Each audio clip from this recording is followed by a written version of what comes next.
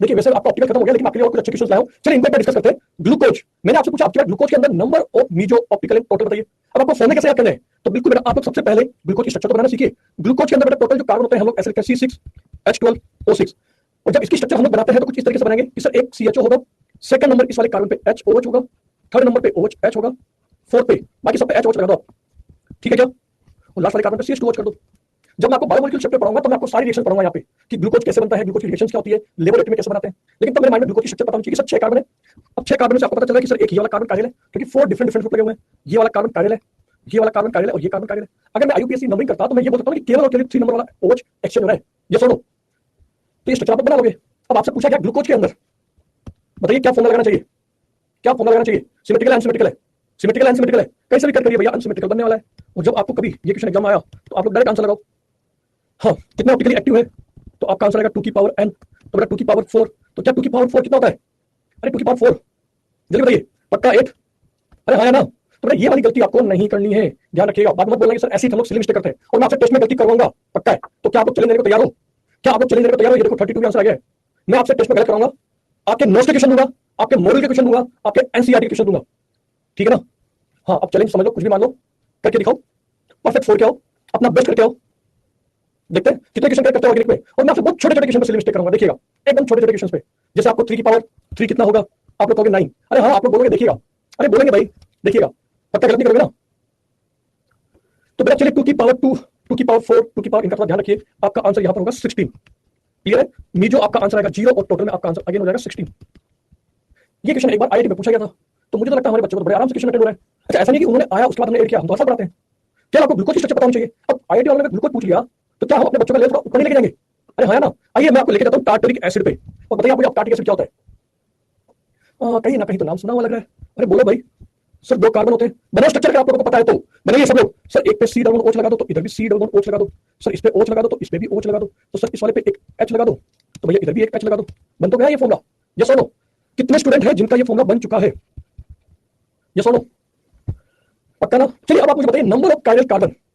तो आपने कहा सर ये रहा नंबर 1 और ये रहा नंबर 2, और जब आपके पास 2 कायरल कार्बन आ गया तो सिमेट्रिकल या अनसिमेट्रिकल? अरे सिमेट्रिकल या अनसिमेट्रिकल, तो मुझे दिखाई दे रहा है कि सर बीच में से आराम से कट करेंगे तो एक जैसा दिखाई देगा, तो ये हो गया सिमेट्रिकल। और जब आपके पास सिमेट्रिकल है तो सर अब थोड़ा सा ध्यान रखना पड़ेगा, n बराबर 2 है तो आपने कहा इवन वाले फॉर्मूले लगेंगे, बच गए। सर और वाला होता तो थोड़ा ध्यान रखना पड़ता, पहले टोटल निकालते, लेकिन ये तो इवन वाला तो बच गए। हमने कहा ऑप्टिकली एक्टिव कितने?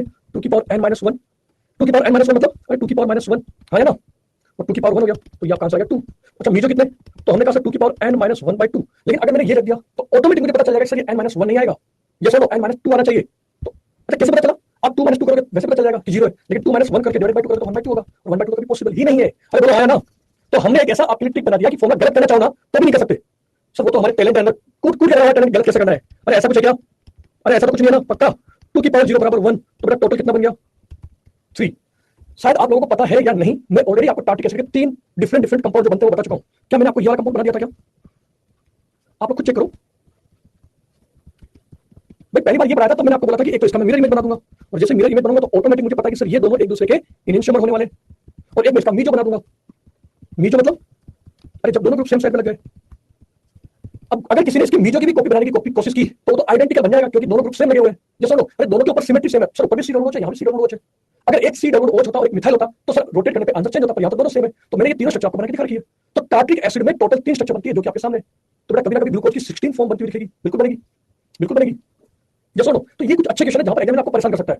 टार्टिक एसिड दे दिया मतलब कि मेरा IUPAC कवर, अरे बोलो हाँ ना? तो अगर नंबर ऑफ कायरल कार्बन पूछ लिया तो ऑप्टिकल भी कवर, तो एक चैप्टर में एक क्वेश्चन में 2 चैप्टर कवर हुए ना। आइए नेक्स्ट क्वेश्चन पे। अब आप कह रहे हैं कि सर हम तो IUPAC नहीं पढ़ने वाले। 2 ब्रोमो 3 क्लोरो ब्यूटेन, अगर आपने इसकी प्रॉपर स्ट्रक्चर ही नहीं बनाई तो आप में से कोई बच्चा इसको कभी कर ही नहीं पाएगा। सर 2 पे ब्रोमो 3 पे क्लोरो, बाकी को बैलेंस कर दो। अरे अब तो हमें पता चल चुका है। ये सुनो कि सर यहाँ पर CH3, यहाँ CH, यहाँ CH और यहाँ CH3, कितने नंबर ऑफ कायरल कार्बन है? तो हमने कहा सर 1 और 2। तो बेटा ये तो मैं डायरेक्ट लिख दूं यहाँ पे, हाँ अनसिमेट्रिकल, क्योंकि एक तरफ क्लोरीन है तो एक तरफ ब्रोमीन है। 2 की पावर n बराबर 2 की पावर 2 बराबर 4, ये आपके ऑप्टिकली एक्टिव आ गए, तो मीजो हो गया 0 तो टोटल हो गया 4। अब बताओ, अब मैं अगर आप लोग घर पे पढ़ाई नहीं करोगे पक्का है तो आने वाले चैप्टर में फिर मैं ऐसे जो अच्छे क्वेश्चन आपको करवा रहा हूँ। भाई मेरे को क्या था, मेरे तरफ से चैप्टर हो गया था ना, अरे मेरी तरफ से चैप्टर हो गया ना, तो ये आपको मैं क्यों वापस IUPAC रिवाइज करवा रहा हूँ? क्यों मैं आपको नंबर कायरल कार्बन गिनना सिखा रहा हूँ ताकि आप लोग प्रॉपर्ली रिवीजन करें और घर पे पढ़ना चालू करो। भाई आपने प्लान किया है, आपने सोच लिया कि डॉक्टर बनना है तो आपके पास कोई दूसरा ऑप्शन नहीं है। अरे कोई दूसरा ऑप्शन है क्या कि सर अगर मेरा MBBS में नहीं हुआ तो मैं ये कर लूंगा? अरे पक्का मेरा तो कोई प्लान नहीं है ऐसा। सर मेरे को तो 100% देना है ना। तो क्लास के 5 मिनट पहले क्यों भाग रहे हो? लास्ट के 5 मिनट पहले डॉक्टर हाँ सर अच्छा नहीं पढ़ाते, शुरू के 5 मिनट बाद में क्या होता है भाई? हाँ 5 मिनट पहले क्यों, मतलब लास्ट में 5 मिनट पहले भी भागना है, ऐसा क्यों? चलिए कोई बात नहीं, कंटिन्यू करते हैं। एक छोटा सा कंसेप्ट और है, ये हमारे मेडिकल में आज दिन तक कभी नहीं आया, इसको मैं बोलता हूँ स्पेशल पॉइंट, या ये मेरे होना चाहिए स्पेशल नोट्स। ये शुभम सर के स्पेशल नोट्स है, आज दिन तक आपके मेडिकल में कभी नहीं आया, लेकिन जिस दिन आया थोड़ा अड़ोस पड़ोस वाले सब देखते रहेंगे।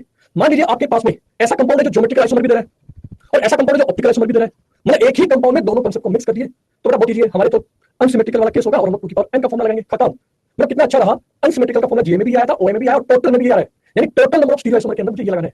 वो क्लियर हुआ क्या? अभी क्वेश्चन प्रैक्टिस करूंगा। और मान लीजिए अगर आपके पास कोई रिंग टाइप का सिस्टम आ जाए, रिंग टाइप का सिस्टम मतलब अरे कोई साइक्लिक स्ट्रक्चर आ जाए और बेटा उसमें जीआई और ऑप्टिकल आइसोमर वाले सेंटर सेम आए, स्टार लगेगा, तो वहां पर मैं दोनों में से कोई एक फॉर्मूला लगा दूंगा, यानी कि मेरे जितने आपके स्टीरियो आइसोमर हैं वो ऑप्टिकल आइसोमर के इक्वल हो जाएंगे। कैसे करना है समझिएगा। मान लो मैंने आपको ये क्वेश्चन दिया और आपके पास स्टार लगाई आप total number of stereo isomer पे, एग्जामिनर ने आपको ये नहीं बोला कि इसके अंदर आप मुझे ऑप्टिकल बताओ जी बताओ, इन्होंने कहा टोटल नंबर बताओ, यानी इसके अंदर ऑप्टिकल भी होगा और जे भी होगा। क्या ये कंपाउंड जे देगा क्या? क्या ये कंपाउंड ज्योमेट्रिकल आइसोमर देगा क्या? मैंने कहा सर जे के लिए तो कार्बन डबल बॉन्ड कार्बन से पूछो। अरे भाई कार्बन डबल बॉन्ड कार्बन के पास क्या डिफरेंट डिफरेंट ग्रुप है क्या? क्या डिफरेंट डिफरेंट ग्रुप है क्या? हमने कहा हाँ सर बिल्कुल है, एक CH3 है, एक H है, एक H है और एक बड़ा सा ग्रुप लगा है, तो बिल्कुल ये जे देगा। क्या यहाँ पर आपको कोई कायरल कार्बन दिख रहा है? क्या यहाँ पर कायरल कार्बन दिख रहा है? अरे ये रहा भैया, हाँ या ना? तो ये कंपाउंड जे भी देगा और ऑप्टिकल आइसोमर भी देगा। तो आप बोलेंगे सर यहाँ टोटल मुझे n बराबर 2 दिखाई दे रहा है और n बराबर 2 दिखाई देगा, तो मैं डायरेक्ट यहाँ पर फॉर्मूला लगाऊंगा 2 की पावर 2, मेरा आंसर 4 आ जाएगा। वो क्लियर है क्या? अच्छा ये आज तक आया नहीं है, मैं फिर बता रहा हूँ, ये मैंने अलग से आपको तैयार करवाया ताकि देखो मेरे बच्चों को कभी भी कोई भी पेपर देखना हो, चलो पड़ोस वाली टेस्ट, सर n बराबर 2 कैसे आया? ये वाला कार्बन जे देगा क्या? ये वाला कार्बन डबल बॉन्ड कार्बन जे देगा क्या? आपने कहा हाँ, और जिस पर स्टार है वो कायरल कार्बन है, बस तो दो तो हो गया। आइए फिर इसमें काउंट करके बताइए, इस वाले कंपाउंड में आप मुझे काउंट करके बताइए। बेटा अनसिमेट्रिकल ही पूछा जाएगा। अभी तक आप लोगों के कभी मेडिकल में ऐसा क्वेश्चन नहीं आया कि इसमें सिमेट्री बना दे, सिमेट्री बनाने के लिए इधर का कंपाउंड सेम कभी नहीं आया है ना। जब मैं आपको क्या करूं मेडिकल में कभी नहीं आया, ये आ जाए तो बहुत बड़ी बात है। आपने कहा यहाँ पर मुझे कितने कायरल कार्बन दिख रहे हैं, सिर्फ आंसर बताओ। तो ये रहा कायरल कार्बन, ये रहा कायरल कार्बन और ये रहा एक कार्बन डबल बॉन्ड कार्बन जो जे देगा। ये सुनो, तो कायरल कार्बन पूछा गया तो आपने कहा 2, जी सेंटर पूछा गया तो आपने कहा सर एक ये भी है, तो टोटल 3 होगा। बेटा आपका आंसर होना चाहिए 8। ये सुनो, मैं 1 मिनट के लिए वीडियो रुकूंगा, रुकिएगा।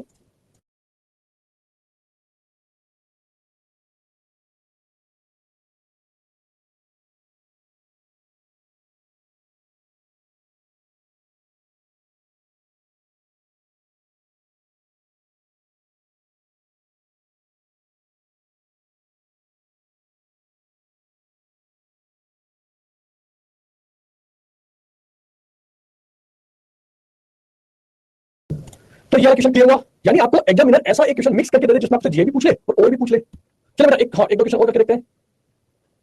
बिल्कुल मैं अभी इसी पॉइंट को लेने वाला हूँ। हाँ अच्छा क्वेश्चन है, मैं अभी लेने वाला हूँ ना। यहाँ पर आप मुझे total number of stereo centre बताइए, कितने स्टीरियो सेंटर है, कितने स्टीरियो सेंटर है? अब काउंट करना सीखो आप लोग। अगर मैं देखूं एक बच्चे का आंसर आ रहा है 1, एक आ रहा है 2 और एक आ रहा है 3, पता नहीं कैसे करोगे आप लोग। बेटा ये वाला कार्बन और कार्बन कायरल है कि नहीं? ये एक तो आ गया। अब मेरे को एक बात बताओ, ये कार्बन डबल बॉन्ड कार्बन को 2 बार कैसे गिन रहे हो आप लोग? अरे ये तो मेरा एलिन सिस्टम है, या फिर इसका मैं क्यूमिलीन बोला था। अरे हाँ या ना? तो ये 2 कार्बन डबल बॉन्ड कार्बन थोड़ी है, अरे तुम्हारा एलिन सिस्टम है। सर टर्मिनल पे 2 अलग अलग ग्रुप लगे हुए हैं, n बराबर 2 है, यानी कि सर ये इवन नंबर है और इवन नंबर है तो मैं बोलूंगा सर ओ से ऑप्टिकल आइसोमर नहीं देगा, लेकिन ये आपका इवन नंबर, आप क्या बोलोगे? ये ऑप्टिकल आइसोमर देगा। ये सुनो, तो यहां पर आपके पास n की वैल्यू 2 आने वाली है, बोलो क्लियर हुआ क्या? तो ये भी मेरा एक सेंटर है जिसको आप क्यूमुलिन लिख दो। जो बच्चे इसको 2 बार काउंट कर रहे हैं उनको तो पढ़ना पड़ेगा, फिर रिवीजन करना पड़ेगा कि सर ये 2 थोड़ी ना आ रही है, तो एक ही है। तो आपका आंसर आएगा n बराबर 2 और n बराबर 2 आएगा 2 की पावर 2 यानी 4। बोलो क्लियर है? मेरे मेडिकल के सिलेबस में नहीं आता, ये बहुत अच्छा चीज है, मैं आपको पढ़ाता और शायद आपको और मजा आता, लेकिन हाँ है नहीं। अगर मैं आपको 4 स्ट्रक्चर कैसे बनती है वो बताता, सर 8 स्ट्रक्चर कैसे बनती है वो बताता, लेकिन नहीं है, इसलिए बच गए आप लोग। सिर्फ इसलिए तैयार कर रहा हूँ कि किसी दिन आ जाए एक को एक कार्बन काउंट करते मुझे भी नहीं बताइए तो आप लोग पढ़ाओगे। अगर यहाँ पर एग्जामिनर इतना बड़ा भी बना के दे देता ना, इतना बड़ा भी, इतना बड़ा भी, इतना बड़ा भी, इतना बड़ा, भैया कहाँ तक पहुंच रहे हो? हाँ तो ये क्या एक ही तो सिस्टम काउंट किया जाएगा? बोलो हाँ है ना? ये 2 सिस्टम थोड़ी ना है, लेकिन कंडीशन है क्या ये टर्मिनल कार्बन पे अलग अलग ग्रुप है या नहीं। फिर या तो मैं कहूंगा ये ऑप्टिकल एक्टिव है, या फिर मैं कहूंगा ऑप्टिकल नहीं देगा तो ये देगा। हाँ तो मुझे थोड़ी ना रखना भाई, जो बच्चा रखना चाहे। सर हम तो बायो वाले हैं, रखने में एक्सपर्ट, ऐसा कुछ है क्या आपके माइंड में? सर बायो वाले हैं तो रख लेंगे, ऐसा कुछ है क्या? चलिए बेटा एक लास्ट क्वेश्चन कराता हूँ और इस चैप्टर को खत्म करते हैं। अगर यहाँ पर क्योंकि आपकी मैंने रिंग दी है, आपको पता चला क्या ये दोनों के रिस्पेक्ट में जे देगा क्या? सर यहाँ पर मिथाइल है और मिथाइल है, तो मैंने कहा सर ये जे तो देगा। क्यों जे देगा? क्योंकि सर sp3 कार्बन पे 2 डिफरेंट ग्रुप होने चाहिए। अच्छा क्या ऑप्टिकल आइसोमर देगा क्या? अरे चेक कर लो, हाँ सर ये भी कार्बन कायरल है, ये भी कार्बन कायरल है, तो ये जे भी देगा ऑप्टिकल भी देगा and both are same. Sir दोनों कार्बन कार्बन एटम जो है वो सेम है, तो यहाँ पर मैं क्या करूंगा दोनों के रिस्पेक्ट में, हाँ दोनों के रिस्पेक्ट में काउंट कर दूंगा। हाँ मैं वही देख रहा हूँ ना, मुझे लग रहा है कि इस क्वेश्चन में शायद मैंने कुछ चेंज किया था पिछली बार, चेक कुछ गलत हुआ क्या ये? चलो इसको देखता हूँ, क्योंकि यहाँ पर मिथाइल नहीं था, आई थिंक इथाइल होना चाहिए था। चलो इसको चेक करेंगे ना, चेक करेंगे कोई बात नहीं। हाँ एक बार देखना पड़ेगा, मुझे लगता है टाइपिंग में थोड़ा गलत हो गया, कोई बात नहीं, अभी के लिए छोड़ दो इसको, ठीक है ना? हाँ मुझे पता है कि बीच में से कट करो तो मुझे भी पीओ दिखाई दे रहा है, पीओ दिखाई दे रहा है तो ऑप्टिकली इनेक्टिव होना चाहिए, सही बात है। तो ऑप्टिकल आइसोमर कैसे हुआ? हाँ, अच्छा यहाँ पे मैं एक पॉइंट क्लियर करना चाहूंगा। अभी एक बच्चे का मैंने मैसेज देखा, आई थिंक तनिषा, बिल्कुल। यहाँ पे आपको मैंने एक बहुत अच्छा क्वेश्चन कराया, जहाँ पे एक क्वेश्चन आया कि सर यहाँ पर जब मैं टार्टिक एसिड का कंपाउंड गिन रहा हूँ तो दो तो मुझे ऑप्टिकली एक्टिव मिल रहे हैं, ये सुनो, और एक मुझे ऑप्टिकली इनएक्टिव मिल रहा है, जिसको आपने नीचे बोला है, हाँ या ना? तो क्या ऑप्टिकली इनएक्टिव को भी मुझे टोटल में काउंट करना है क्या? अरे ऑप्टिकल आइसोमर का मतलब क्या हुआ? ऑप्टिकल आइसोमर को हमने दो पार्ट में डिवाइड किया, एक है ऑप्टिकली एक्टिव, ऑप्टिकली इनएक्टिव बोल सकते हो, तो टोटल में तो काउंट करोगे ना।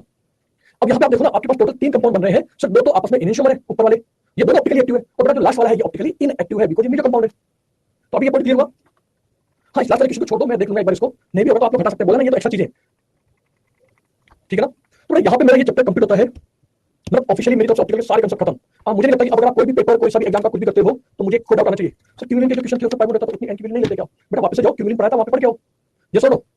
अरे आपने क्यूमिलिन के अंदर क्या बोला था? वो एक पूरा सिस्टम है sir, carbon double bond carbon double bond carbon double bond carbon के रेस्पेक्ट में मैं केवल इसको एक सिस्टम मानने वाला हूं कि सर ये आउट ऑफ प्लेन है, हॉरिजॉन्टल है, वर्टिकल है। तो मैंने आपको केवल सोल्व करने के लिए तरीका बताया था, स्टेप नंबर 1 क्या इनमें दो डिफरेंट ग्रुप है, और स्टेप नंबर 2 आप काउंट करो कितने नंबर है, 1 2 3, तो आपने कहा सर ये तो ओड नंबर है, तो ओ से ऑप्टिकल नहीं देगा, जी दे देगा, तो ये केवल ऑप्टिकल एक सेंटर काउंट किया जाएगा। ये सुनो, किसी बच्चे को कोई भी डाउट आए, कोई भी चीज पूछना चाहे, हाँ ऑफिशियली बोल सकता हूं मैं भी, अरे हाँ ना, क्लियर है? इस बार आपकी 2 तारीख की छुट्टी आ रही है, सैटरडे की छुट्टी कैंसिल हो गई है और संडे को एग्जाम है, तो मैं आपको पहले से ही क्लियर कर दूं कि अगर 2 तारीख को गांधी जयंती की छुट्टी है और इस दिन आपकी क्लास नहीं है, लेकिन मेरा प्रॉब्लम कहां गई, हमने तो आपकी सैटरडे की छुट्टी गायब कर दी, अरे हाँ ना? तो सैटरडे की क्लास भी मैं टेस्ट में दे रहा हूं, पहले से क्लियर कर देता हूं, ये क्लास भी टेस्ट में आने वाली है। पिछली बार मैंने इसलिए नहीं दिया था कि आपका पहली बार का एग्जाम था। मैं आपको बता दूं, आपका जो आईयूपीएससी है ये बेक सिलेबस में आ रहा है, यहां से क्वेश्चन आ रहे हैं आइसोमर एंड ऑप्टिकल, ये दोनों हमारे कंप्लीट हो चुके हैं, और आज से मैं जियो से चालू कर रहा हूं, जियो से नंबर 1 हमारा चालू होने वाला है, तो ये हमारे आपके अप टू सैटरडे। फिर मत बोलना कि सर आपने पहले नहीं बताया था, फिर ये मत बोलना कि सर प्रॉब्लम हो गई, सर मुझे ये नहीं पता कि कितने क्वेश्चन आने हैं, सर मेरा मॉड्यूल रह गया, मुझे कोई एक्सक्यूज नहीं चाहिए। आप लोग देख लो, ये 2 तारीख का छुट्टी है, तो मैं तो आपको बोलूंगा कि जितना भी आपको पढ़ना है कोशिश करो यही खत्म कर दो। मतलब बाद में आपने किसी ने कहा कि सर आपको सैटरडे तक का पूरा दे दो क्या, तो मतलब सैटरडे तक का पूरा आएगा, ठीक है ना? चलिए कंटिन्यू करते हैं ऑर्गेनिक केमिस्ट्री का एक सबसे इंपॉर्टेंट चैप्टर, एक ऐसा चैप्टर जो आपके आगे की पूरी ऑर्गेनिक को इजी करने वाला है। मतलब आपको मैं ये चैप्टर पढ़ाने के बाद बोल सकता हूं कि बेटा आपकी ऑर्गेनिक लगभग 50% 60% खत्म है, यानी आप लोग यहाँ पर बहुत सारे रिएक्शंस के स्टेप बाय स्टेप कैसे मुझे स्टडी करनी है, कैसे इंटरमीडिएट बनना है, कैसे मैकेनिज्म चलना है, सब कुछ यही पढ़ने वाले हो। तो ये आपका ऑर्गेनिक का मैं बोल सकता हूँ सबसे इंपॉर्टेंट चैप्टर है।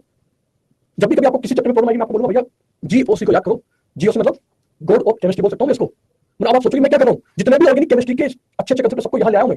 सर एल्डिहाइड कीटोन में हाँ भाई काम आएगा, सर कार्बोक्सिलिक एसिड पूरा काम आने वाला है, सर एमाइन में अरे हाँ भाई आने वाला है। तो ऐसा कोई चैप्टर नहीं है जो इसके अंदर नहीं आने वाला है। तो आप लोग ये पूरा लेक्चर जीओसी का जो है पूरा आपको कवर करना है, और जैसे आपने प्रॉमिस किया है, अरे आपने प्रॉमिस किया ना पहले कि सर क्लास को भी मिस नहीं करने वाले, पक्का ना? तो बस तो स्टार्ट करते हैं जनरल ऑर्गेनिक केमिस्ट्री। ये हमारी रिएक्शन मैकेनिज्म का एक सबसे इंपॉर्टेंट पार्ट प्ले करने वाला है। यहाँ पर आपको रिएक्शन कैसे हो रही है, रिएक्शन कैसे ब्रेक होने वाली है, और रिएक्शन में न्यू बॉन्ड कैसे बन रहा है, सो अल्कोहल का फॉर्मेशन कैसे हो जाता है, जब मैं एल्केन से रिएक्शन कर रहा हूं तो सर ये कैसे बन रहा है, ये सब चीजें यहाँ बात करने वाले हैं। तो ऑर्गेनिक रिएक्शन की जो बेसिक डेफिनेशन होती है वो ये है कि हमें क्या करना है, ओल्ड कोवेलेंट बॉन्ड को तोड़ना है, जितने भी पुराने कोवेलेंट बॉन्ड इनको ब्रेक करना है और नए कोवेलेंट बॉन्ड का फॉर्मेशन करना है। समझ में बात? जैसे कि मैंने यहाँ पे एग्जांपल ले रखा है, एक है मेरे पास में ए बी और एक मेरे पास में है एक्स वाई। अभी ए ने किसके साथ में एक बॉन्ड बना रखा है, बी के साथ में, और एक्स ने किसके साथ में बॉन्ड बना रखा है, वाई के साथ में। मान लो कि ये बॉन्ड क्लीवेज हुआ, मतलब इन दोनों के बीच के अंदर अरे इनकी दोस्ती खत्म हो गई और इनकी भी दोस्ती खत्म हो गई। ए भी कहीं मार्केट में घूम रहा है, अगर ए वाला एक्स के साथ जुड़ जाए तो एक नया प्रोडक्ट बन जाएगा, या फिर ये भी हो सकता है ए वाला वाई के साथ जुड़ जाए, किसी के भी साथ कनेक्ट हो सकता है। तो पुराना बॉन्ड टूटेगा और नया बॉन्ड कैसे बनेगा उसके बारे में बात करेंगे। मान लो कि मैंने यहाँ पे ए का बॉन्ड बना दिया एक्स के साथ में, तो भाई मार्केट में बी भी थोड़ी घूमता रहेगा, तो बी भी रहेगा भाई हमारे पास तो वही है, ये सुनो, तो बी वाला वाई के साथ कनेक्ट होगा और यहाँ पे आपको एक और प्रोडक्ट बनता दिखेगा। यानी आपने ओल्ड बॉन्ड को ब्रेक किया, सर रिएक्शन कुछ बना होगा, क्या बना होगा सर, इंटरमीडिएट, मतलब कार्बोकेटायन कार्ब एनायन रेडिकल कुछ ना कुछ मैकेनिज्म चला होगा। तो इंटरमीडिएट स्टेबल नहीं होता, ऐसा नहीं कि आपने इंटरमीडिएट को सेपरेट कर दिया तो ये आपका एक अनस्टेबल स्पीशीज बनती है, बहुत कम टाइम के लिए बनती है, फिर ये फाइनली प्रोडक्ट में कन्वर्ट हो जाएगी। क्या ये लाइन क्लियर हुई? अब यहाँ पे मेरे पास टोटल 4 वर्ड आ गए सर। पहला तो ये सबस्ट्रेट क्या होता है, दूसरा रिएजेंट क्या होता है, तीसरा इंटरमीडिएट क्या होता है, और चौथा प्रोडक्ट क्या होता है। तो हम लोग बात करने वाले हैं सबसे पहले एक एक पॉइंट को लेकर चलेंगे। सबस्ट्रेट क्या होता है, कोई भी ऑर्गेनिक कंपाउंड जो हम लोग लेंगे इस पे किसी का मैं अटैक करने वाला हूं, रिएजेंट का, रिएजेंट मतलब जो अटैक करने वाला है, और इंटरमीडिएट मतलब कि सर इसमें कुछ ना कुछ एक अनस्टेबल स्पीशीज बनेगी जो फाइनली प्रोडक्ट में कन्वर्ट होगी। प्रोडक्ट के अंदर आपको कुछ और चीजें भी मिलती हुई चलेगी जिसको हम लोग बोलते हैं साइड प्रोडक्ट। मैं जैसे अल्कोहल का प्रिपरेशन कर रहा हूं और मुझे यहाँ पर साथ में मान लो कोई दूसरा H2O मिल गया, N2 मिल गया या कुछ और मिल गया, तो उसको बोला जाता है बाई प्रोडक्ट। काफी इजी पॉइंट था ये, आई होप ये क्लियर है। बेसिक बेसिक डेफिनेशन है यहाँ पे, हाँ बिल्कुल बेसिक बेसिक डेफिनेशन है। एनसीईआरटी की जो लाइन है वहां से मैं आपको अभी एक एक चीज पढ़ाने वाला हूं, लेकिन यहाँ पर मैं आपको क्या पढ़ाने वाला हूं, टोटल 4 चीजें हम लोग डिस्कस करेंगे। क्या क्या? Step by step study. Sir ये रिएक्शन में ए और बी के बीच में दोस्ती क्यों खत्म हुई, सर एक्स और वाई के बीच में क्यों दोस्ती खत्म हुई, ए वाला एक्स के साथ क्यों जुड़ा, वाई के साथ क्यों नहीं जुड़ा, या सर बी वाला, मतलब मैं आपको याद नहीं करूंगा, स्टेप बाय स्टेप हर चीज समझने वाला हूं। आपके मन में कोई भी डाउट है कि सर ऐसा क्यों नहीं हुआ, मैं एक्सप्लेन करूंगा ना, लेकिन आपको पढ़ के आएंगे तो बोलो डन। तो मैं आपको बताने वाला हूं step by step study of reaction, जो आप लोगों ने अभी तक कभी सोचा भी नहीं होगा सर ये कैसे कनेक्ट हो रहा है, क्यों हो रहा है। डन। दूसरा मैं आपको बताऊंगा rate of reactant use and product formation, मतलब रिएक्टेंट कितना जल्दी खत्म हो रहा है और प्रोडक्ट कितना जल्दी बन रहा है। तो ये वाला चीज तो आई थिंक आप लोग केमिकल काइनेटिक्स में पढ़ते हो, अरे हाँ या ना भाई, काइनेटिक्स के अंदर ये तो पढ़ते हो कि सर कोई कंपाउंड कितना जल्दी ब्रेक होता है और प्रोडक्ट का फॉर्मेशन कैसे होता है। एक चीज कहूंगा आपको, एनर्जेटिक, मतलब बॉन्ड तोड़ने के लिए एनर्जी देनी पड़ेगी या एनर्जी रिलीज होने वाली है, और ये सारी एनर्जी की बात आप करते हो थर्मोडायनामिक्स में। अरे हाँ या ना, तो ये दो चीजें तो मुझे पढ़ानी नहीं है, तो मैं आपको पढ़ाने वाला हूं एक तो स्टेप बाय स्टेप स्टडी और इलेक्ट्रॉन का मूवमेंट, इलेक्ट्रॉन कैसे मूव करता है इसके बारे में हम लोग बात करने वाले हैं। बोलो क्लियर है? हाँ, ये दो चीजें आई थिंक आप लोग ऑलरेडी खत्म कर चुके हो ना। तो चले हम स्टेप बाय स्टेप स्टडी और इलेक्ट्रॉन मूवमेंट, ये दो चीजें पढ़ानी है। तो पहला चीज स्टार्ट करते हैं, सबस्ट्रेट क्या होता है। एनसीईआरटी की लाइन लगी है मैंने, एग्जैक्टली एनसीईआरटी की लाइन। एनसीईआरटी बताता है कि भैया जो भी कार्बन की सप्लाई करेगा, यानी कि रिएक्शन से प्रोडक्ट में जो कार्बन देगा उसको बोला जाएगा सबस्ट्रेट, और जो दूसरा होगा उसको बोला जाएगा रिएक्टेंट। जैसे कि सर ये कोई कंपाउंड है ए और ये कोई कंपाउंड है बी, इसमें रिएजेंट कौन है, सबस्ट्रेट कौन है? तो हमने कहा एक काम करते हैं, एनसीईआरटी के अकॉर्डिंग किसने कार्बन की सप्लाई करी है, नया बॉन्ड बनाने के लिए कार्बन कहां से आ रहा है, तो हमने कहा सर ये रहा कार्बन। तो ये कार्बन मुझे ए से आता हुआ दिख रहा है, अरे बी के पास तो कार्बन है ही नहीं, बी के पास तो कार्बन है ही नहीं, तो मेरा आंसर जाएगा सर ए इज सबस्ट्रेट। बोलो हाँ या ना, एंड बी इज रिएजेंट। एकदम इतना ही खत्म। फिर उन्होंने वहीं पे एक दूसरा पॉइंट लिखा, मान लीजिए कि दोनों के दोनों कार्बन सप्लाई करने वाले हैं, यहां पर रिंग के पास भी कार्बन है और इसके पास भी कार्बन है, अब किसको मानोगे? तो हमारा यहां पे आंसर जाएगा कि भैया आपका टॉपिक, आपकी चॉइस, यानी आप लोग जो भी चॉइस है दिस इज आर्बिट्री, यानी आपके ऊपर है। दोनों सब्जेक्ट मान सकते हो, दोनों को रीजन की तरह ट्रीट करा सकते हो। मान लो मैं आपको बेंजीन चैप्टर पढ़ा रहा हूं, बेंजीन, तो मैं आपसे पूछूंगा सब्जेक्ट कौन, तो आप कहोगे सर ये वाला। और मैंने आपसे ये पूछा कि अच्छा मैं सीएल पढ़ा रहा हूं, मतलब कि एल्काइल हैलाइड, तो ये वाला, मतलब कि ये वाला टॉपिक कभी एग्जाम में आने वाला भी नहीं है। बहुत क्लियर है, थ्योरी थी, पता होना चाहिए, कभी कोई स्टेटमेंट वाला क्वेश्चन आ जाए तो डन। हाँ, दोनों को ही मान सकते हो, अगर इसको सब्जेक्ट माना तो ये रिएजेंट हो जाएगा और इसको रिएजेंट माना तो ये सब्जेक्ट हो जाएगा। क्लियर है? रिएजेंट के लिए एक परफेक्ट डेफिनेशन होती है, वो आपको मैं आगे पढ़ाने वाला हूं। रिएजेंट का मतलब जनरली मैं बोलूंगा जो अटैक करता है, आगे पढ़ाने वाला हूं ना। इसके अलावा मैं आपको क्या क्या कंसेप्ट पढ़ाने वाला हूं, ये पूरे ऑर्गेनिक में मेरे पास 4 चीजें पढ़ानी है। ये 4 चीजें जिस बच्चे को समझ आ गई उसके लिए चैप्टर खत्म। यानी कि मैंने आपको सबसे पहले बोला स्टेप बाय स्टेप स्टडी, ये सोनो और इलेक्ट्रॉन का मूवमेंट, तो यही वो 4 चीजें हैं, आपको पता होना चाहिए। आप कोई मूवी देखते हो तो ट्रेलर होता ही नहीं, मैं आपको एक बार यहां बता दूं, बॉन्ड क्लीवेज दो तरह का पढ़ाने वाला हूं, एक है होमोलाइटिक और एक है हेटेरोलाइटिक। क्लियर है? रिएजेंट मेरे पास में दो तरह के होने वाले हैं, एक होगा इलेक्ट्रोफाइल, एक होगा न्यूक्लियोफाइल। ये सब आप लोग पढ़ चुके हैं, जानते भी हैं। इंटरमीडिएट मेरे पास 3 तरह के होंगे, कार्बोकेटाइन, कार्ब एनाइन और फ्री रेडिकल। इसके अलावा मैं आपको एक और पढ़ाने वाला हूं आगे, एक्स्ट्रा कार्बिन। ये आपके सिलेबस में शायद नहीं है, लेकिन मैं तो पढ़ाने वाला हूं, हाँ, ताकि हमारे बच्चे ये ना बोल के सर ये वाला क्वेश्चन में सब नहीं। और एक लास्ट जो पढ़ाने वाला हूं इलेक्ट्रॉनिक इफेक्ट, यहां पर मैं आपको 4 चीजें पढ़ाऊंगा। एक हो गया आपका इंडक्टिव इफेक्ट, आप जानते हैं नाम क्या क्या है? अरे बोलिए फटाफट, किसी को याद है तो। इंडक्टिव इफेक्ट, जिसको शॉर्ट फॉर्म में आप लोग बोलोगे आई इफेक्ट। बोलो क्लियर है? बिल्कुल। दूसरा होता है मीजोमेरिक इफेक्ट, जिसे ही कुछ जगह पे बोला जाता है रेजोनेंस इफेक्ट। दोनों में डिफरेंस होता है, लेकिन हम लोग मान के चलते हैं दोनों एक ही है। इसको कई जगह पे लिखा जाएगा शॉर्ट फॉर्म में एम, या फिर कुछ जगह पे आर लिखा जाता है। तीसरा मैं आपको पढ़ाऊंगा हाइपर कॉन्जुगेशन, तो क्या मैं शॉर्ट फॉर्म में एच लिख दूं क्या? आपको पूरा लिखेगा एच इफेक्ट। और लास्ट वाला होगा आपका इलेक्ट्रोमेरिक इफेक्ट, जिसको शॉर्ट फॉर्म में लिखा जाएगा ई इफेक्ट। अरे कोई बहुत बड़ी बात है क्या? बस ये 4 चीजें पढ़ानी है, और जब ये पढ़ा दूंगा तो मेरी तरफ से टॉपिक खत्म। तो जियो से जितना आपको समझ आ गया, बेटा मान के चलिए आपका 50% ऑर्गेनिक, 50%, 60 मान लो, 50 का 60 मान लो, खत्म हो जाएगा। तो चले स्टार्ट किया जाए स्टेप बाय स्टेप। मैंने अभी तक आपको केवल एक डेफिनेशन बताई सबस्ट्रेट की। मैं अब लेके चलता हूं बॉन्ड क्लीवेज। बड़ा बॉन्ड क्लीवेज जिसको बोला जाता है बॉन्ड फ्यूजन, नाम से पता चला अब मुझे बॉन्ड तोड़ना है। तो मेरा क्वेश्चन ये है कि सर वो ए और बी के बीच में या एक्स और वाई के बीच में बॉन्ड कैसे टूटा होगा? तो बेटा यहाँ 2 टाइप के बॉन्ड होते हैं, एक होता है होमोलिटिक, एक होता है हेटेरोलिटिक। पढ़ाने से पहले एक छोटी सी कहानी पढ़ाना चाहूंगा, यहाँ पे कहानी सुनाना चाहूंगा। होमोलाइटिक का मतलब होता है मेरे पास यहाँ 2 पहलवान है और नाम से पता चला सर ये होमो है। होमो मतलब अरे दोनों के दोनों एक जैसे हैं, ये सुनो सर ये दोनों एक जैसे। और दूसरा है बेटा मेरे पास में हेटेरो, जैसा कि नाम से पता चल रहा है। ये सुनो, अगर ये, हाँ देखो ऑर्गेनिक केमिस्ट्री कितनी इजी है। हाँ थोड़ा सा स्माइल बना दो ताकि थोड़ा सा अच्छा लगे आपको, हाँ है ना। अगर आपने लॉजिकली पढ़ना चालू किया तो बहुत इजी है सर। नाम से पता चला होमोलिटिकल मतलब इन दोनों के बीच में एक दोस्ती थी सर, इसने और इसने एक बॉन्ड बना रखा था। ये सुनो, एक इलेक्ट्रॉन इसने शेयर किया, एक इलेक्ट्रॉन इसने शेयर किया, और ऐसे ही इन दोनों के बीच में भी दोस्ती थी कि सर यहाँ पर थोड़ा सा मैं डायग्राम ऐसा बना दूं क्या, ताकि मुझे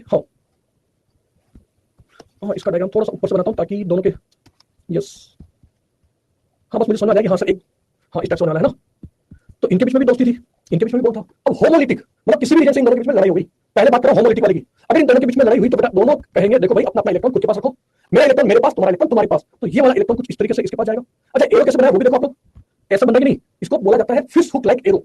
एनसीईआरटी में लिखा हुआ है, अगर आप पढ़ोगे तो फिश हुक लाइक एरो बना है। सर ऐसा एरो नहीं है कि इसके दोनों तरफ बना रहा हूं मैं, ऐसा वाला भी नहीं है कि ये रिवर्सिबल वाला साइन बना रहा हूं। ये सुनो, तो अगर आपने ध्यान से देखा तो यहाँ पर मैं केवल और केवल फिश हुक लाइक एरो बना रहा हूं। तो होमोलिटिक बॉन्ड में क्या हुआ सर, दोनों के पास एक एक इलेक्ट्रॉन जाएंगे, मतलब कि यहाँ पर मैं बोल सकता हूं रेडिकल बनेगा। अरे हाँ है ना। तो यहाँ पर आपने कहा कि सर दोनों की पावर बराबर है, और दोनों की पावर बराबर तो दोनों का इलेक्ट्रॉन अपने अपने पास। लेकिन हेटेरो वाले में तो गड़बड़ हो गई। अरे हेटेरो वाले में तो भैया एक की पावर ज्यादा है, तो ये कहेगा देखो भाई तुम्हारा इलेक्ट्रॉन तो हम लेके जाएंगे। जिसकी पावर ज्यादा उस पर कौन सा चार्ज आएगा, जिसकी पावर ज्यादा उस पर कौन सा चार्ज आएगा? ऑब्वियसली नेगेटिव चार्ज, क्योंकि वो क्या कर रहा है पड़ोस वाले से इलेक्ट्रॉन ले रहा है, और जिसका इलेक्ट्रॉन चला गया उस पर तो पॉजिटिव चार्ज आता हुआ दिखेगा। तो हमने ये परफेक्ट कहानी सुनी, और अब देखो चुटकी बजाते मेरे ये पूरा होमोलिटिक बॉन्ड क्लियर खत्म। पहली बात सर इक्वल डिस्ट्रीब्यूशन होगा। अरे इक्वली तो हो रहा है, 2 इलेक्ट्रॉन तो एक इसके पास एक इसके पास, तो किसका फॉर्मेशन हुआ? फ्री रेडिकल का। देखो हाँ ना सर, ए पे भाई ए के पास अपना इलेक्ट्रॉन, बी के पास अपना इलेक्ट्रॉन। लेकिन सर हेटेरो वाले में क्या हुआ? Unequal distribution. सर किसी एक ने क्या किया, दोनों के इलेक्ट्रॉन ले लिए। अब इलेक्ट्रॉन कैसे लेंगे? On the basis of EN. मतलब यहाँ पर ईएन मतलब इलेक्ट्रोनेगेटिविटी, जिसकी ईएन ज्यादा वो ले लेगा अपना इलेक्ट्रॉन पड़ोस वाले से। मान लो कि ईएन ऑफ बी ग्रेटर है तो बी के पास नेगेटिव आएगा। अच्छा मान लो कि एक ही होती तो ए पे नेगेटिव आ जाता। तो यहाँ पर आपने कहा फॉर्मेशन ऑफ आयंस होता हुआ दिख रहा है, एक केटायन और एक एनायन, यस और नो। तो ये देखो सारे पॉइंट्स एक ही बार क्लियर हो गए ना। सर ये वाला कंसेप्ट कब लगेगा, जब दोनों की पावर बराबर है। सर जब दोनों की ईएन लगभग लगभग बराबर है। और ये वाला कब लगेगा, सर जब दोनों की ईएन में डिफरेंस ज्यादा हो, जब दोनों की पावर में डिफरेंस ज्यादा हो। ये जो डॉट बनाया है इसको बनाया था रेडिकल, क्या बोलते हैं, पक्का? हाँ पूछिए। अगर देखो मैं मान के चलता हूँ कि आप में से कुछ बच्चे ऐसे हैं जो शायद पहली बार कोचिंग कर रहे हैं या पहली बार एक सिस्टमेटिकली पढ़ाई कर रहे हैं। हाँ बिल्कुल आप एक बार पूछिए, लेकिन अब इसके बाद नहीं, है ना। आज जो किसी भी कंपाउंड के ऊपर एक रेडिकल बनाया अभी मैं पढ़ाने वाला हूं थोड़ी देर में। तो ये पहला पॉइंट क्लियर हुआ क्या कि सर बोल्ट दो टाइप के हो सकते हैं, एक है होमोलिटिक एक है हेटेरोलाइटिक। होमोलिटिक में हमने इक्वल डिस्ट्रीब्यूशन किया, इसमें अनइक्वल डिस्ट्रीब्यूशन किया। सर यहाँ पर ईएन लगभग लगभग बराबर है, या मैं बोल सकता हूँ डिफरेंस ऑफ ईएन 0 है, जबकि इधर की तरफ ईएन का डिफरेंस ज्यादा है। क्लियर? इसके लिए तो हमें ईएन याद होनी चाहिए। मैं तो याद करने के लिए बोल ही नहीं रहा हूँ, मैंने तो बोला कि ईएन का डिफरेंस होना चाहिए। कैसे होगा बताऊँ आपको आगे, हाँ बात करेंगे आगे। अरे वो सारा मेरा टेंशन है ना। कुछ और छोटे छोटे पॉइंट्स मैं आपको लेना चाहूंगा, ये पॉइंट्स आपको याद करने हैं। दो पॉइंट्स और है। जब मैं हाई टेम्परेचर लेता हूँ, जब मैं हाई टेम्परेचर लेता हूँ, या फिर बेटा मान लो मैंने यूवी लाइट ले ली, या फिर मान लीजिए कभी मैं पर ऑक्साइड लेने वाला हूँ, या फिर ऐसा कोई मैं मैकेनिज्म ले लूं जिसमें फ्री रेडिकल का बनना स्टार्ट हो रहा है, तो ये सब फेवर करेंगे होमोलिटिक बॉन्ड क्लीवेज को, यानी कि होमोलिटिक फ्यूजन होने वाला है। जब भी मैं हाई टेम्परेचर लूंगा तो हाई टेम्परेचर लेने पे क्या होगा, दोनों के इलेक्ट्रॉन अपने अपने पास रहेंगे। लेकिन जब मैं लो टेम्परेचर लेने वाला हूं तो यहां पर मेरे पास में हेटेरोलाइटिक बॉन्ड क्लीवेज बनने वाला है। ओके, इसके अलावा आपको एक सॉल्वेंट वाला पॉइंट और मिलेगा, नॉन पोलर सॉल्वेंट, जैसे कि बेंजीन और CCl4 होमोलिटिक बॉन्ड क्लीवेज को प्रीफर करते हैं। डायरेक्ट पूछा जाता है स्टार लगेगा, जबकि हेटेरोलाइटिक में पोलर बॉन्ड आता है। वो क्लियर है, स्टार लगाएंगे। दो चीज मैं आपको पहले बता चुका हूं ना, जब पढ़ा रहे हो तो बड़ा आराम से पढ़ाई करो, आगे आगे भागोगे कुछ नहीं समझ आने वाला है, और बाद में समझूंगा भी नहीं। क्या मैंने आपको भी बोला कि मेरी तरफ से homolytic bond cleavage heterolytic bond cleavage खत्म हो गया? क्या मैंने ऐसा बोला? तो फिर बेटा एक ही मैसेज को देने से क्या फायदा? सर हेटेरोलाइटिक के एग्जांपल बताओ। सर नहीं समझ में आया, फिर आप मेरे को डॉट डॉट डॉट लिख लो, ब्लॉक कर दे क्या? अरे बेटा क्लास को डिस्टर्ब करोगे तो दो तरीके, या तो मैं आपको ब्लॉक कर दूं और या फिर मैं आपको इग्नोर करना चालू कर दूं। दोनों में आपका नुकसान होगा कि नहीं? दोनों में आपका नुकसान होगा कि नहीं? हाँ तो ना तो मैं आपको ब्लॉक करने वाला हूं और ना मैं आपको इग्नोर करने वाला हूं, मैं तो सिर्फ डांटूंगा ना। अरे भाई जब पढ़ाई कर रहे हो तो सिर्फ पढ़ाई करो। जब आपको बोलोगे भैया मेरी तरफ से कंप्लीट हो गया, अब क्या डाउट है वो आप डाउट बोलो। हाँ पूछो ना जो भी डाउट है। हाँ भाई मैं आप ही को बोल रहा हूँ क्योंकि आपने तो लिखा नहीं मैसेज। अच्छा मैं आपका नाम लेने वाला हूं नहीं तो डाउट भी बढ़ती रहेगी, ये सुनो। लेकिन मेरा गलत है ना। अरे जब पढ़ा रहा हो तो आराम से पढ़ाई करो, जब पढ़ा रहा हो तो हाँ मैं आप ही को बोल रहा हूँ भाई, जिसने लिखा वो समझ गया, नाम भी नहीं लिया, काम भी हो गया ना। बेटा एक काम करो, मैंने क्या देखा है आप में से कुछ लोग बोलते हैं ना सर मैं एक दिन में 8 आवर स्टडी करता हूँ फिर भी मेरे 400 मार्क्स आते हैं। सर मेरे पड़ोस वाला जो दोस्त है वो 6 आवर स्टडी करता है उसके 500 मार्क्स आते हैं। और सर मैंने क्या देखा, एक दोस्त तो केवल पढ़ता ही नहीं है, दिन तक इधर उधर घूमता रहता है और फिर भी उसका 650 क्रॉस हो जाता है, पता नहीं क्या करता है, मुझे लगता है चीटिंग करता है। बेटा पता है आपको वो चीटिंग नहीं करता है, वो क्या करता है एक बार में एक काम करता है। सर मैं खाना खा रहा हूँ, मेरे पास में प्लेट रखी हुई है, मान लो मैं डिनर पे हूँ, है ना, और अब पढ़ते पढ़ते खाना खाते खाते मेरे मन में आया कि अरे यार आज तो मैंने केमिस्ट्री के नोट्स नहीं बनाए, अरे यार मैंने तो केमिस्ट्री का रिवीजन ही नहीं किया। तो आपने एक प्रॉपर तरीके से खाना भी नहीं खाया और बेटा स्टडी तो वैसे भी नहीं होनी, ये सुनो।